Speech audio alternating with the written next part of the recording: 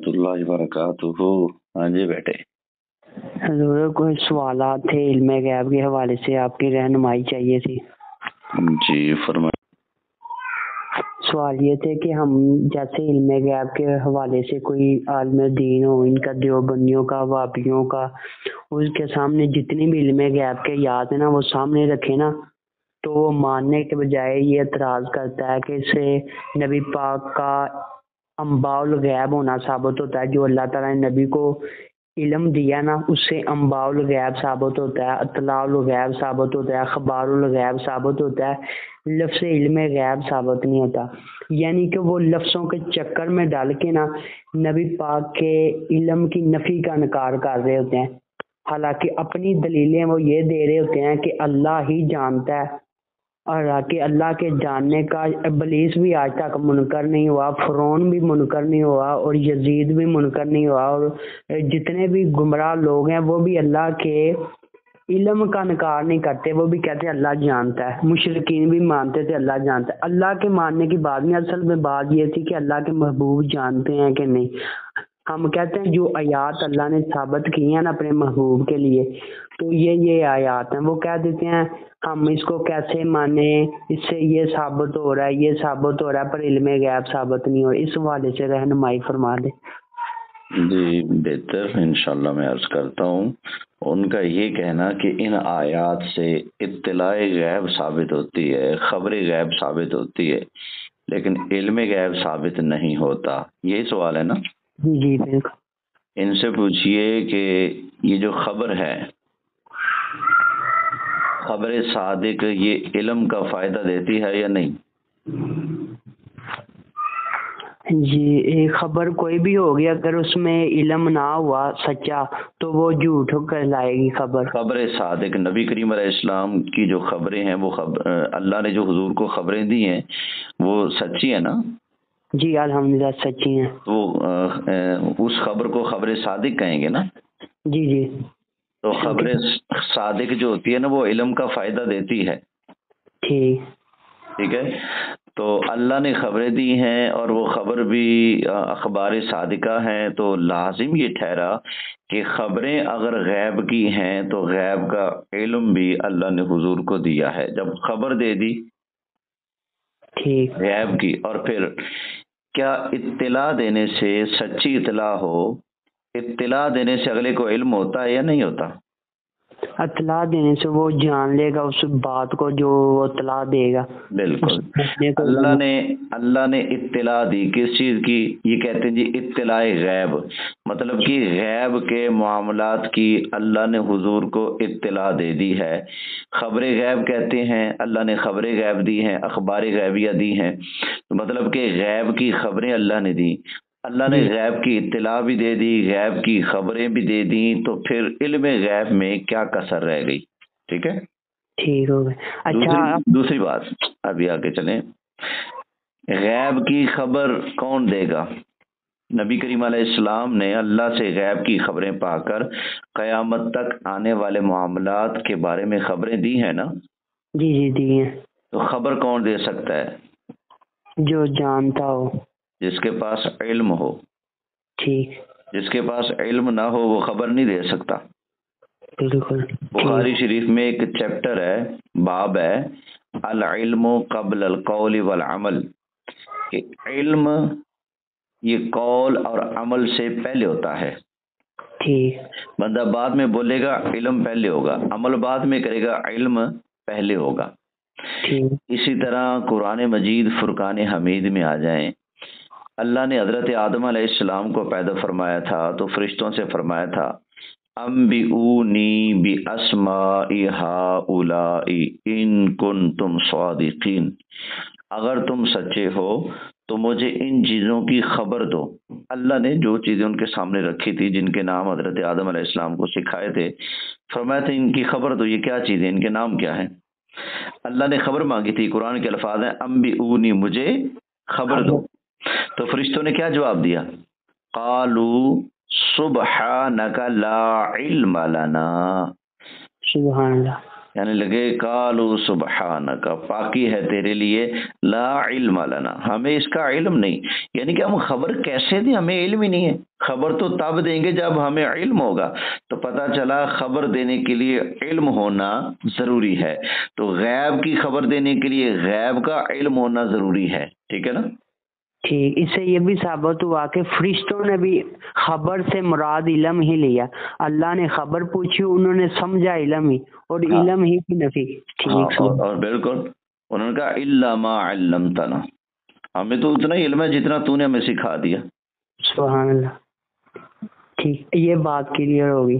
اب یہ ہے کہ جیسے ہی ہم یہ جب چیزیں سامنے رکھتے ہیں نا، جی جتنا ہم بات کھولتے ہیں بھائی، یہ جو آیات سے آپ لے رہے ہو، انباء الغیب، اطلاع الغیب، جو مرضی لے لو، لفظوں کے چکروں میں چلو ہم بھی نہیں پڑھتے، آپ بھی نہ پڑھو، چلو یہ تو مانو نا، نبی چھپی چھپائی یعنی جو چھپی ہوئی چیزیں ہیں، خفیہ چیزیں، انہیں جانتے ہیں۔ اب ان کو کوئی بھی لفظ دے دو، انباء دے دو، علم دے دو، یہ دے دو، پھر دوسری طرف آ جاتے ہیں۔ ہاں، بس بات تو اتنا تو مانو نا کہ غیب کا پتہ ہے، آپ ہاں اس کو علم غیب کہنے میں تکلیف محسوس کرتے ہو تو خبر غیب کہہ رہے ہو، اطلاع غیب کہہ رہے ہو، جو مرضی کہو، لیکن اتنا تو مانو نا کہ پوشیدہ اور غیب کی اشیاء کا علم اللہ نے حضور کو بخش دیا ہے۔ ٹھیک، اب بھلا کیا کہتے ہیں؟ کہتے ہیں جو چیز غیب کی بتا دی جائے وہ غیب نہیں رہتی۔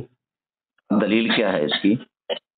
کیا تو ایسا قرآن میں آیا، کیا ایسا حدیث میں آیا، کہاں لکھا ہے، یہ کلیہ کہاں سے نکالا کہ جو چیز بتا دی جائے وہ غیب نہیں رہتی؟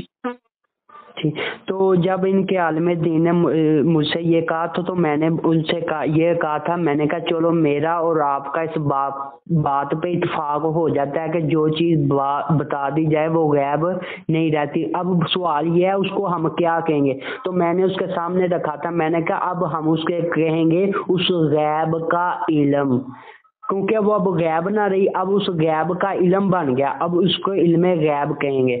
میں نے ان کو یہ جواب دیا تھا۔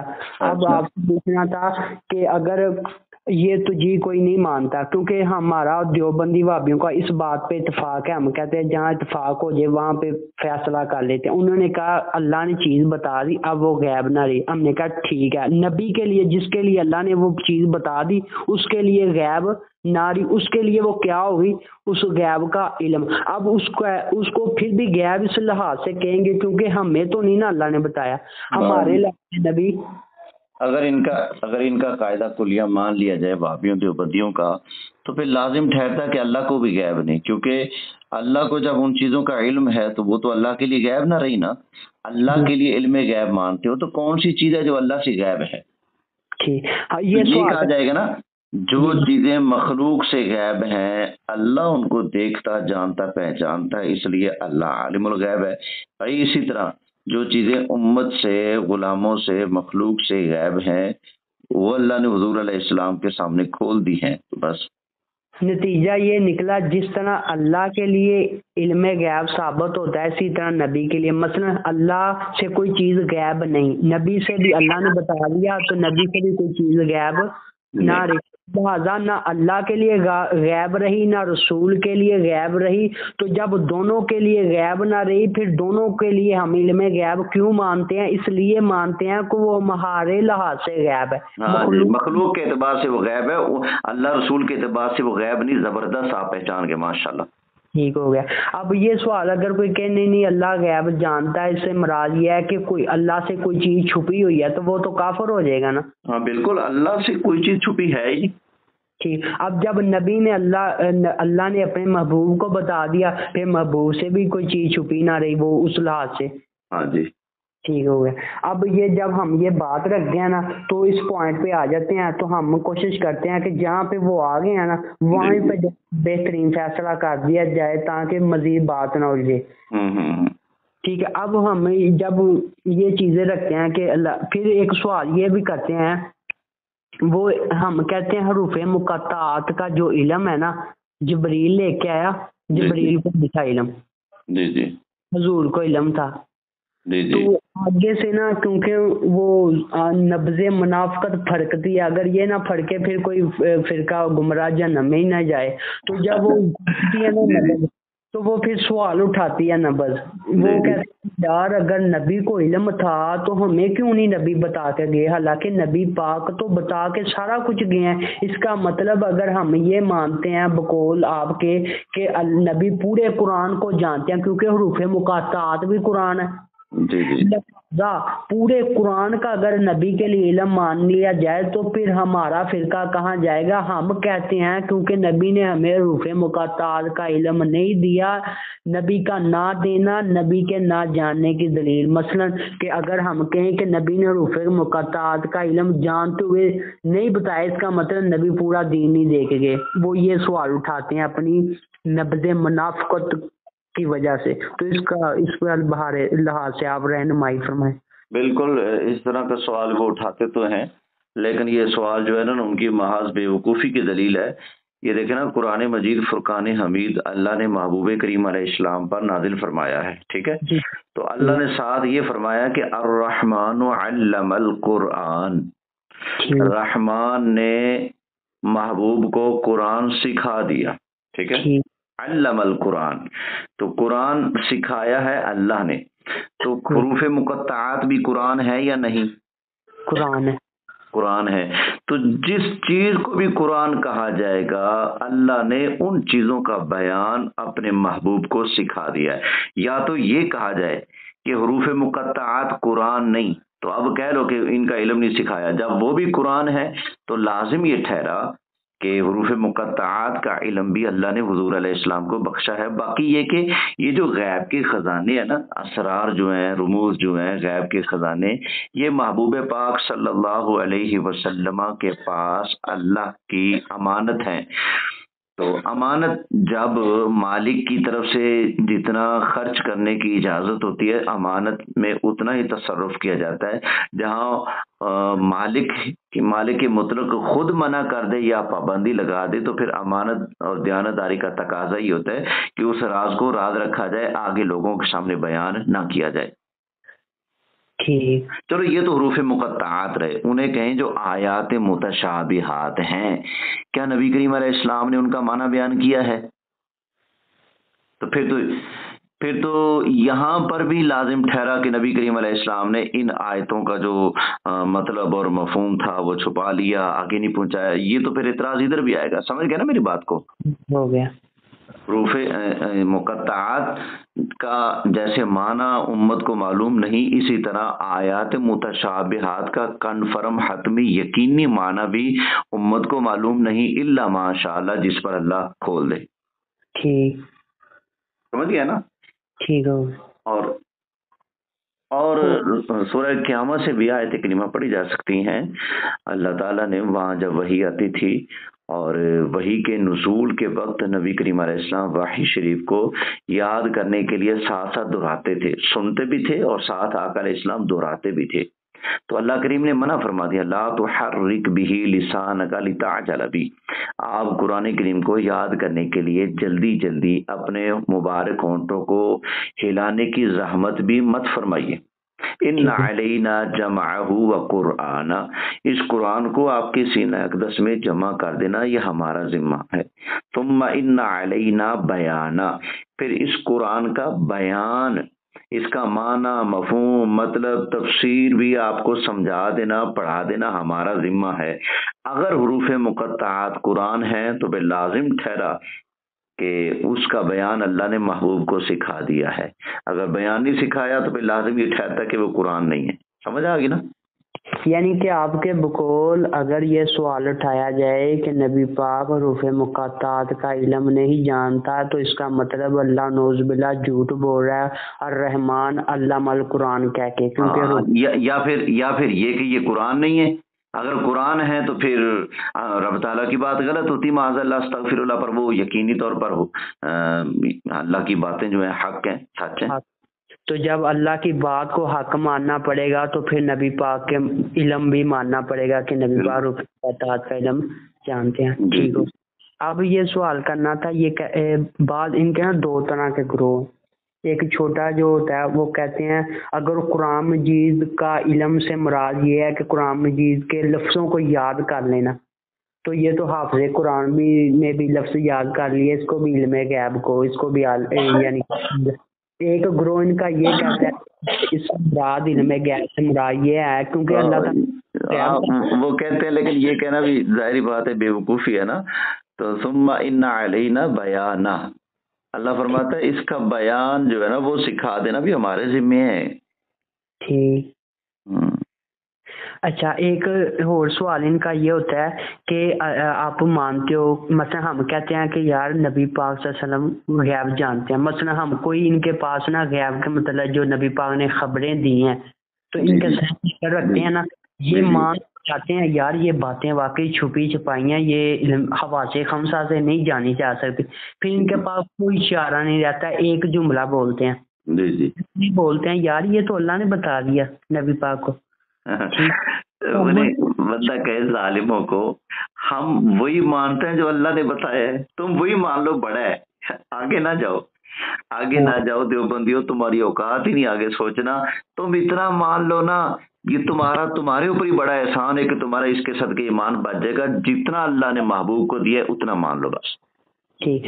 کیونکہ میری ان کے نجدی جو سا مناظر سے گفتگو اتنا، تو وہاں اس کی گفتگو سے پتہ چلا وہ نبی پاک کے ہمارے اوپر بہتان باندھ رہا تھا کہ بریلوی نبی پاک کا علم غیب ذاتی مانتے ہیں.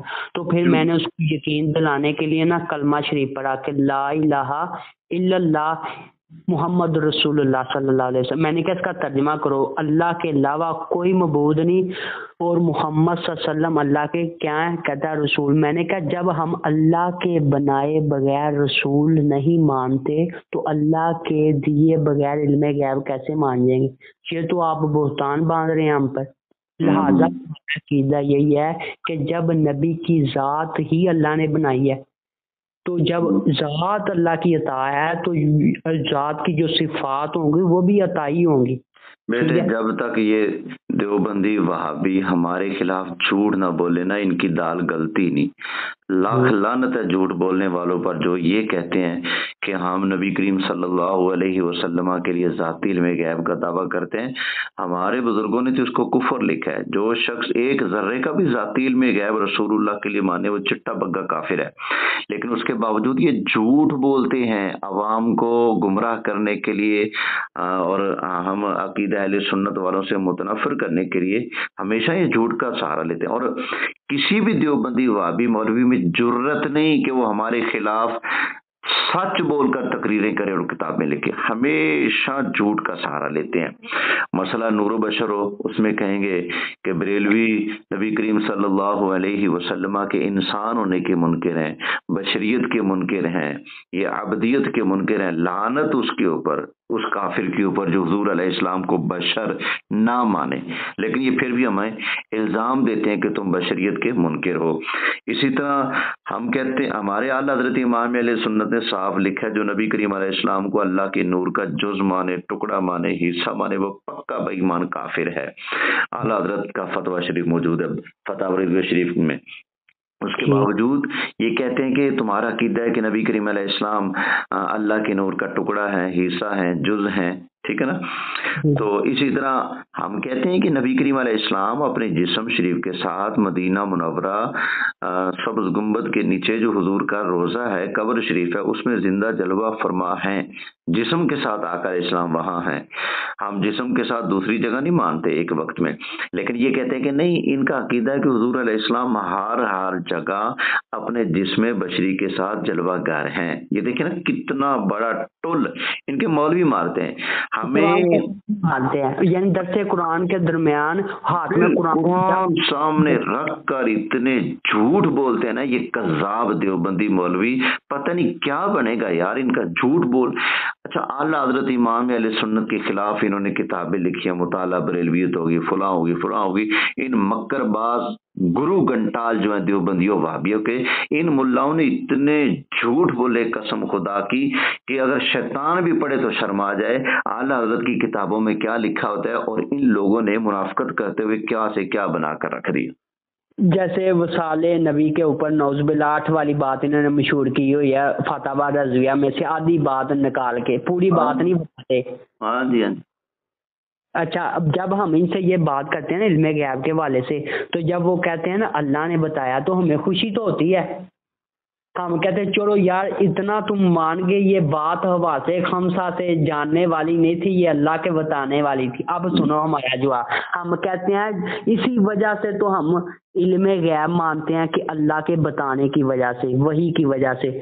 ٹھیک، اگر ہم وحی کا انکار کریں، اللہ کی عطا کا انکار کریں اور نبی کے متعلق اسی غیب کو مانے، تو نبی کا عالم الغیب ہونا ثابت ہو جائے گا، جو کہ صرف ہم اللہ کے لیے مانتے ہیں، کیونکہ غیب مجھ سے جاننا اللہ کی صفت ہے، اور نبی کا کمال یہ ہے کہ اللہ کی عطا سے نبی غیب جانتا ہے. تو اگر ہم یہ آپ بھی کہہ رہے ہو، ہم بھی کہہ رہے ہیں کہ نبی پاک غیب چھپی چیزوں کو جانتے ہیں اللہ کی طرح سے، اس پوائنٹ پہ اگر تم بھی آ جاؤ ہم بھی آ جائیں، تو نتیجہ یہ نکلے گا کہ نبی پاک صلی اللہ علیہ وسلم علم غیب اللہ کی عطا سے جانتے ہیں. اور جو قرآن میں انکار کیا گیا نا نبی عالم الغیب نہیں، تو وہ اس کا انکار ہے کہ خود سے جاننے کا. یا پھر ایک قرآن کی ایک آیت ایسی پڑھ لیں جس میں یہ کہ اللہ نے غیب دیا نہیں. ٹھیک، ایک آیت ایسی پڑھ دیں دیوبندی وہابی پوری ضروریت مل کر کہ اللہ نے محبوب کو غیب نہیں دیا، وگرنہ ہم قرآن پڑھتے ہیں اللہ نے محبوب کو غیب دیا ہے. وہ اس کے جواب میں بھلا کیا کرتے ہیں؟ ان کو پتہ ہے اس کا جواب ہے کون؟ وہ اللہ کا علم غیب ثابت کرنا شروع کر دیں گے پورے قرآن میں، جس میں لکھا ہے اللہ جانتا ہے، اللہ یہ بھی جانتا ہے، اللہ قیامت کا علم جانتا ہے. ہم کہتے ہیں ہمارا یہ سوال ہی نہیں تھا کہ اللہ جانتا ہے کہ نہیں جانتا. ہاں بالکل.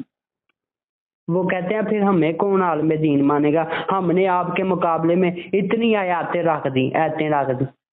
ہم نے جہاں ذاتی کی نفی ہوتی ہے وہ آیتیں پڑھتے ہیں، جہاں ذاتی کی نفی ہوتی ہے. علم عطائی کی نفی کریں. ہمارا عقیدہ ذاتی کا ہے ہی نہیں، بلکہ ذاتی کا عقیدہ رکھنے والے کو ہم کافر کہتے ہیں. ہمارا عقیدہ علم غیبی عطائی کا ہے. قرآن کی ایک آیت پڑھ دے کوئی دیوبندی وہابی مولوی، اگر میری بات بعد میں بھی سنے تو صرف ایک آیت پیش کر دے جس میں یہ ہو کہ اللہ نے محبوب کریم علیہ السلام کو غیب کا علم نہیں دیا. ٹھیک، تو جب ہم کہتے ہیں نبی پاک صلی اللہ علیہ وسلم غیب بتانے میں بخیل نہیں ہے، تو بخیل کا کیا معنی ہے؟ تو جس کے پاس ہو اور وہ خرچ نہ کرے اس کو کہتے ہیں بخیل. اللہ کہتے ہیں نبی پاک تو غیب بتانے میں اتنے سخی ہیں، بخل کا لفظ تو لگ ہی نہیں سکتا. مطلب کہ غیب جانتے بھی ہیں اور بے بہا غیب کی خبریں بھی ارشاد فرماتے ہیں. ٹھیک ہو، اس سے دو چیزیں ثابت ہو رہی ہیں، ایک تو نبی کا غیب جاننا اور دوسرا بتانا.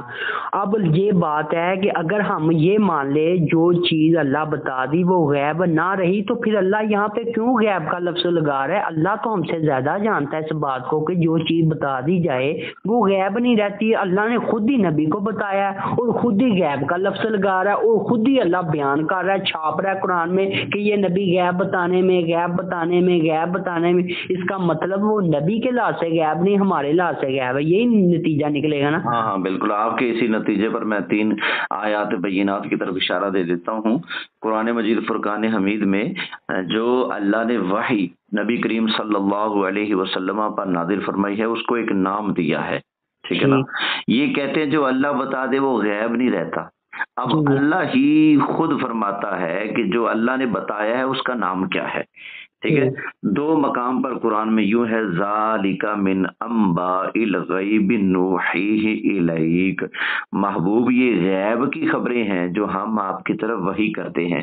اور ایک مقام پر یوں ہے تلک من انباء الغیب نوحیہا الیک، یہ غیب کی خبریں ہیں اے محبوب جو ہم آپ کی طرف وحی کرتے ہیں. تو اللہ نے وحی کے ذریعے حضور کو جو علم بخشا ہے اللہ نے خود ہی اس کا نام غیب رکھا ہے. تو غیب ماننے میں مذائقہ ہی کیا، تکلیف ہی کیا ہے؟ اس کا مطلب ہم پورے قرآن کو یہ کہہ سکتے ہیں کہ پورا قرآن علم غیب کی کتاب ہے جس میں ہر خشک و تر کا ذکر ہے. بے شک ہمیں 2 رکعت نماز کی ترتیب ملے نہ ملے، نبی پورے قرآن میں سے قیامت کا دن وقت ہر چیز ہر خشک و تر کو بیان کر سکتا ہے. بجا فرمایا، کیونکہ رب کائنات کا اعلان ہے نا قرآن کے بارے میں. اس میں خشک و تر، چھوٹی بڑی، زمینی آسمانی، ہر شے کا ذکر موجود ہے. اس میں قیامت کا سال، قیامت کا وقت، ہر چیز آ جائے گی. سارا کچھ آ گیا، کوئی شے رہی نہیں. ہم اگر پڑھتے ہیں تو ہمیں تو 2 رکعت نماز کی ترتیب بھی ہم ثابت نہیں کر سکتے کہ پہلے یہ پڑھنا ہے پھر یہ پڑھنا ہے پھر پہلے رکوع کرنا ہے پھر یہ کرنا ہے یہ کرنا ہے. ہم یہ ترتیب 2 رکعت کی نماز کی یہ ثابت نہیں کر سکتے. اور نبی پاک کے لیے اللہ تعالیٰ نے کیسا کمال بنایا ہوا ہے قرآن مجید. یہ عبرت ہے ان کے لیے جو کہتا ہے کہ ہم فقط اہل قرآن ہیں، ہم حدیث کو نہیں مانتے. ٹھیک 2 رکعتیں وہ قرآن سے نہیں دکھا سکتے ڈائریکٹ. ٹھیک، یعنی جو کہتے ہیں ہمارے لیے قرآن کافی ہے وہ 2 رکعت بھی ثابت نہیں کر سکتے. اور جس رسول کے لیے قرآن کافی ہے اس کے لیے علم غیب کی نفی کر دیتے ہیں. ہاں جی ہاں جی، یہ ہے نا بعض لوگ جو حدیث شریف کی حجت کے قائل نہیں ہیں. ٹھیک، اچھا ایک سوال یہ پیدا ہوتا ہے جب اللہ تعالیٰ نے اپنے محبوب کو بتایا جی غیب کی باتیں، اب وہ چیزیں نبی کے لیے علم غیب ہوگی. ٹھیک، اب ہمارے لیے کیونکہ غیب ہیں وہ چیزیں، کیونکہ ابھی تک ہمیں اللہ تعالیٰ نے نہیں بتائی، نبی نے نہیں بتائی. ٹھیک ہے، ہم کہہ دیتے ہیں یار یہ چیزیں علم غیب ہیں. تو جب نبی پاک کے وسیلے سے اللہ نے ہمیں بھی بتا دی امت کو، جیسے بہت سی چیزیں غیب کی ابھی بھی ہم نے آنکھوں سے نہیں دیکھی، حواس خمسہ سے نہیں چکھ سکے، کیونکہ ایسا علم جو حواس خمسہ سے باہر وہ غیب ہوتا ہے. جیسے جنت میں کیا کیا چیزیں ہم آنکھوں سے نہیں دیکھ رہے، ٹھیک ہے، غیب ہے. برزخ کے معاملات غیب ہے. یہ نجری یہ سوال کرتا ہے جب نبی پاک جان گئے تو تم نے تو علم غیب مان لیا، مثلا پورا قرآن آپ کہہ رہے ہو کہ غیب ہے، ٹھیک ہے، وہی غیب ہے. اب کوئی بندہ یہ کہہ رہا ہے کہ نبی غیب نہیں جانتا، تو اس کا تو یہ صاف مطلب ہوگا نہ نبی قرآن کو جانتا ہے کیونکہ وہ بھی غیب ہے، نہ نبی جبریل کو جانتا ہے کیونکہ وہ بھی غیب ہے، نہ نبی عالم برزخ کے معاملہ جانتا ہے کیونکہ وہ بھی غیب ہے، نہ نبی جنت کو جانتا ہے کیونکہ وہ بھی غیب ہے، کیونکہ حواس خمسہ سے ہم حاصل نہیں کر. در حقیقت شفیع دیوبندی نے لکھا ہے نا کہ اگر ادب یہ ہے کہ یوں کہا جائے کہ اللہ نے محبوب کو علم غیب عطا فرمایا، نفی نہ کی جائے، ٹھیک، کیونکہ اس سے نبوت کا انکار ہوتا ہے. ٹھیک، ایک تو یہ سوال ہو گیا، اس کا جواب ہو گیا کہ اگر کوئی نبی پاک کے مطلب بالکل ہی غیب کا انکار کر رہا ہے، وہ در حقیقت رسالت کا انکار کر رہا ہے، نبوت کا انکار کر رہا ہے، اللہ کے وہی غیب ہے، جبریل غیب ہے. ٹھیک ہو گیا. اور یہ جبریل اور وہی دونوں نبوت کے لیے لازم ہے، تو نبی وہ ہوگا جو اس غیب کو جانے گا. ٹھیک، غیب کا انکار نبوت کا انکار ہو گیا. جی بالکل، ان کے اپنے بزرگ نے لکھا ہے. اچھا میں بخاری شریف کی ایک حدیث کا ذکر کر دیتا ہوں آپ سے کہ ہمارے آقا صلی اللہ علیہ وآلہ وسلم، آپ کا اپنا نظریہ عقیدہ اور ایمان یہ تھا کہ نبی وہ ہوتا ہے جو غیب کو جانے، جو غیب نہیں جانتا وہ نبی نہیں ہو سکتا. ٹھیک ہے، مدینہ منورہ میں ایک شخص تھا ابن سخیات، اس کو کہا جاتا تھا ابن سخیات. تو اس نے دعویٰ نبوت کیا ہوا تھا، لیکن لوگوں میں وہ رسمی تبلیغ نہیں کرتا تھا، بس کہتا تھا میں نبی ہوں، کسی کو اپنی دعوت نہیں پیش کرتا تھا. ایک دن وہ بچوں کے ساتھ کھیل رہا تھا، اللہ کے رسول صلی اللہ علیہ وآلہ وسلم وہاں سے گزرے، اس کو دیکھا تو پکڑ کر ایک سائڈ پہ لے گئے، بلایا اس کو، فرمایا کہ کیا تو یہ گواہی دیتا ہے کہ میں اللہ کا رسول ہوں؟ اس نے کہا جی بالکل میں گواہی دیتا ہوں آپ اللہ کے رسول ہیں. تو آگے سے وہ ابن سیاد حضور سے کہتا ہے کیا آپ بھی گواہی دیتے ہیں کہ میں اللہ کا رسول ہوں؟ تو اللہ کے محبوب علیہ السلام نے فرمایا میں اللہ پر اور اللہ کے رسولوں پر ایمان رکھتا ہوں. ٹھیک ہے نا، اللہ پر اور اللہ کے رسولوں پر ایمان رکھتا ہوں، مطلب کہ تو ہے ہی نہیں تو تجھ پر ایمان کیسا؟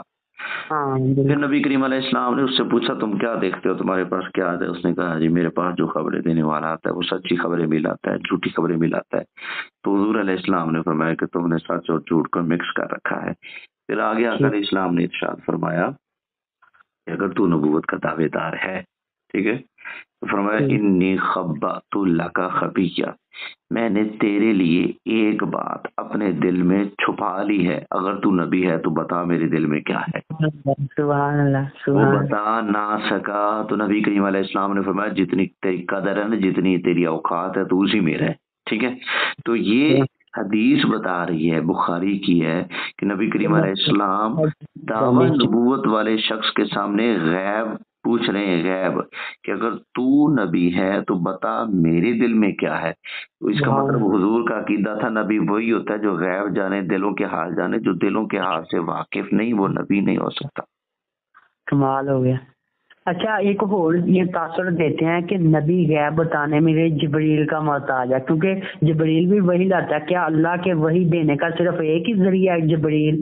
یعنی کہ جبریل بتائے گا نبی، یا ایسا ہوا کہ نبی کی پوری سیرت میں کسی کافر نے غیب کا مطالبہ کیا ہو اور نبی پاک نے یہ کہا ہو کہ ابھی ذرا جبریل آ لے میں ذرا اس سے پوچھ کے بتاتا ہوں؟ نہیں سرکار نے کبھی بھی زندگی میں ایسا نہیں کہا.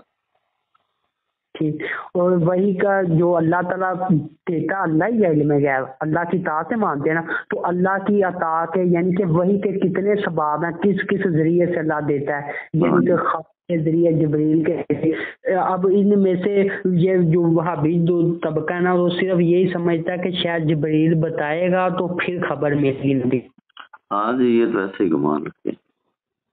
اچھا ایک اور سوال یہ پیدا ہوتا ہے، یہ کہتے ہیں کہ فرض کیا یہ جتنی بھی غیب کی چیزیں ہیں، برزخ ہو گئی، قرآن ہو گیا، کیونکہ یہ غیب ہے. اب نبی نے جانا تو تم نے مان لیا علم غیب، اب ہم امتی نبی کے وسیلے سے جانتے ہیں، پھر ہمیں کیوں نہیں آپ علم غیب کا ہمارے مطلب دعویٰ کرتے کہ یہ مولوی غیب جانتا ہے؟ وہ بھی نبی پاک علیہ السلام کے پاس وہ جو علم آیا نا وہ حواس خمسہ سے نہیں آیا.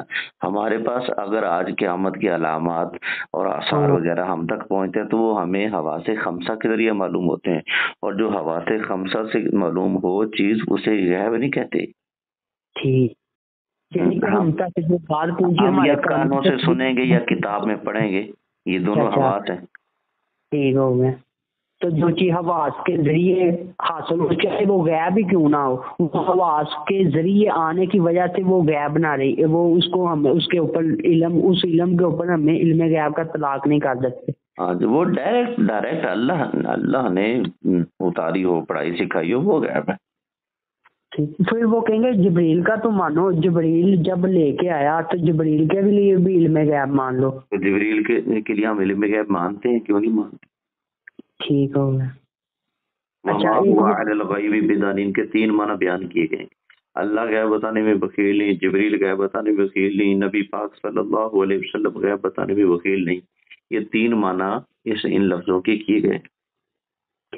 یعنی کہ آپ کے مثلا اس کو اس طرح سمجھ لیتے ہیں کہ جب قرآن مجید غیب ہے، دینے والا اللہ ہے اور دیا رسول کریم کو. اب کس وسیلے سے دیا ہے؟ اللہ تعالیٰ فرمایا محبوب ہم نے یہ قرآن، یہ وحی ہم نے تیرے قلب پر جبریل کے ذریعے یعنی ڈالی. اور اب قلب جون سا حواس خمسہ میں سے نہیں، اور قلب میں ڈالنا، علم دینا، قرآن سکھانا، قلب کے ذریعے نبی کا جاننا، اس بات کی دلیل ہے کہ نبی حواس خمسہ سے نہیں جانا، نبی قلب کے ذریعے جانا جو کہ حواس خمسہ میں شامل نہیں ہوگا. اس لحاظ سے نبی کے لیے علم غیب کا لفظ بولا جائے گا. امت کیونکہ حواس خمسہ کے ذریعے جاننے کے لیے محتاج ہے، اس لیے امت کے اوپر وہ غیب کی چیزیں جاننے کے باوجود علم غیب کا لفظ نہیں لے پائیں گے. ماشاءاللہ بہت اچھا خلاصہ نکال لیتے ہیں آپ. اللہ تعالیٰ آپ کو برکتیں عطا فرمائے. محترم فہد صدیق صاحب، آپ رہتے کہاں ہیں؟ میں قلعہ دار سنگھ میں رہتا ہوں، گجرانوالا میں نا. گجرانوالا کیا کرتے ہیں؟ میں یہاں پہ جو ہے خیالی میں وہ ٹکیاں ٹافیاں وغیرہ بناتے ہیں، باہر کے ملکوں میں بیچتے ہیں، وہاں پہ نا گتے وغیرہ کا کام کرتا ہوں. اچھا بیٹے، تعلیم کیا آپ کی؟ جی آپ کی تعلیم کیا ہے؟ میں نے BCom کیا ہوا.